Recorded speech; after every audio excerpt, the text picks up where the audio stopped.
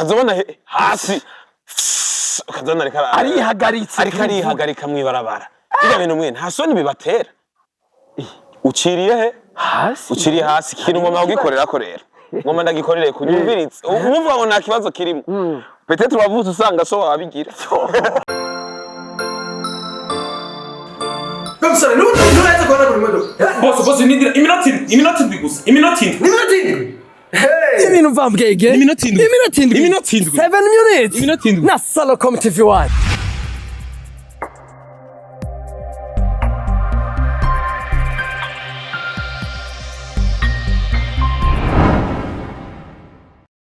Salut les amis, est-ce que vous allez bien? Nous allons bien, turashima Uwiteka. Mwamaze kubibona ni Irambonagile. Behind camera muri kumwe na Homie abikora neza. Imana imuhezagire. Tubazaniye ibintu bishasha byo kunguka, byo gutera imbere kuko twabibemereye kubikorwa bidasanzwe kandi bikomeye cyane. Sorry maze. Homie. Wakrofi. Ewana mzema kwa ukubye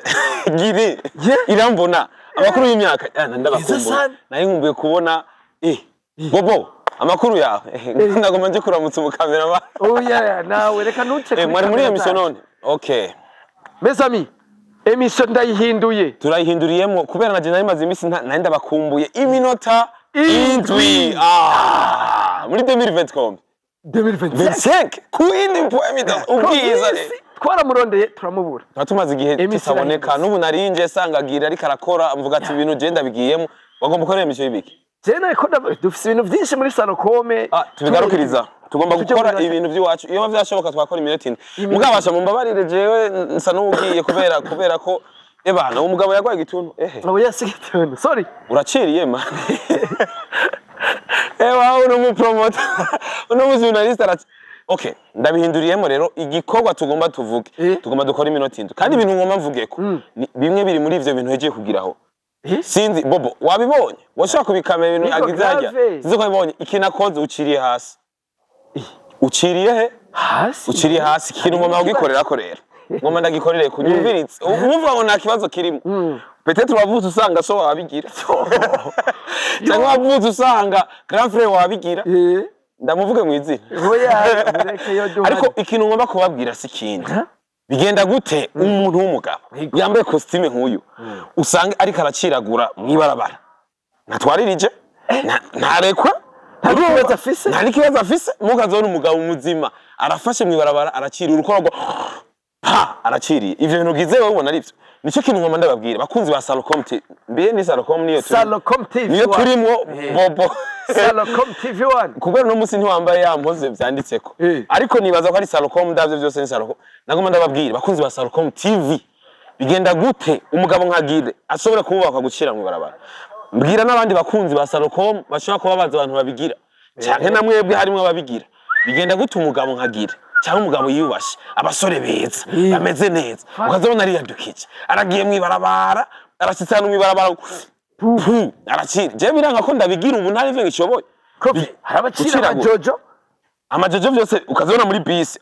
urutwe hanze akije mu idirisha mu muyaga ngo uri kuma tukazabumva ngo mujisho ngo harabandi yatomba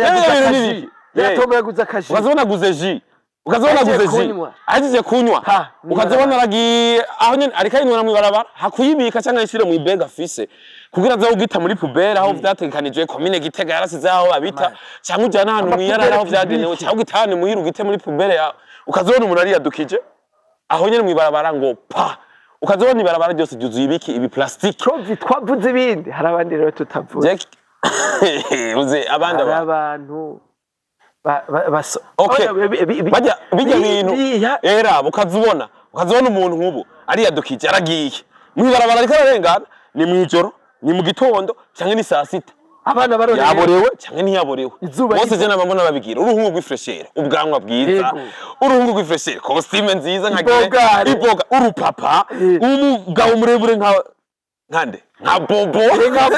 ukazibona baranga cameraman bobo ukazibona aragiye ariya mwibarabara ukazibona hasi ukazibona ariko arihagaritse arihagarika mwibarabara ibyo bintu mwe nta soni bibatera kandi bazobona n'abantu bakijijwe barabigira umviriza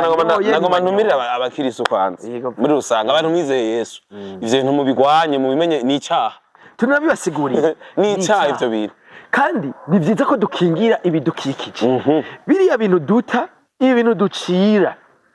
harimwo amamatiere atuma ni biplastike rega yonona isi hameje tugatera ibintu canke amazi agatemba imvura iguye akajariya tugaca tuja kuvoma mw'isoko umubu hama tukayanywa nk'uyu mubu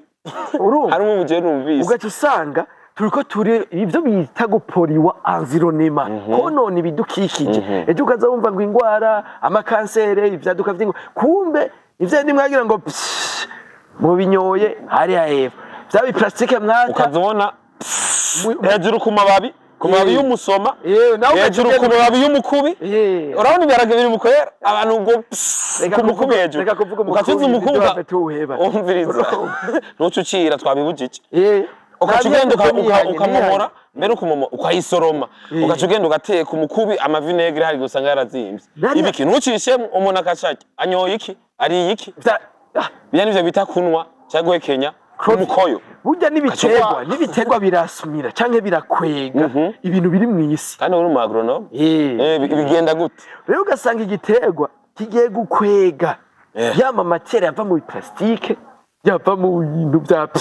yava mu biki aricyo gituma uzubona ubu amakansere n'abasore abantu bakiri bato abana bose badukana kanseri tubibutse kandi iminota indwi mugabo abantu bakosore bahinduke nukuri ivyaremwe bishasha mugarukirizaho je ndabakunda mumbabarire uno munsi nje muri buno buryo nyene nitayemwo genda ibiganiro rero bobo babandanya bakora Salcom TV Imana ibahezagire je mbere ndumiwe na je urumva ndihanye kubona ihane ntuzuvyongere namwe muhinduke dukurikirana urubuga n'ugwiwanyu n'ugwiwacu mwarahezagiwe cyane iminota indwi utibage gufyonda kuri subscribe ino nzogera no kuri tute kurikirana ikiganiro iminota indwi kuri Salcom TV1.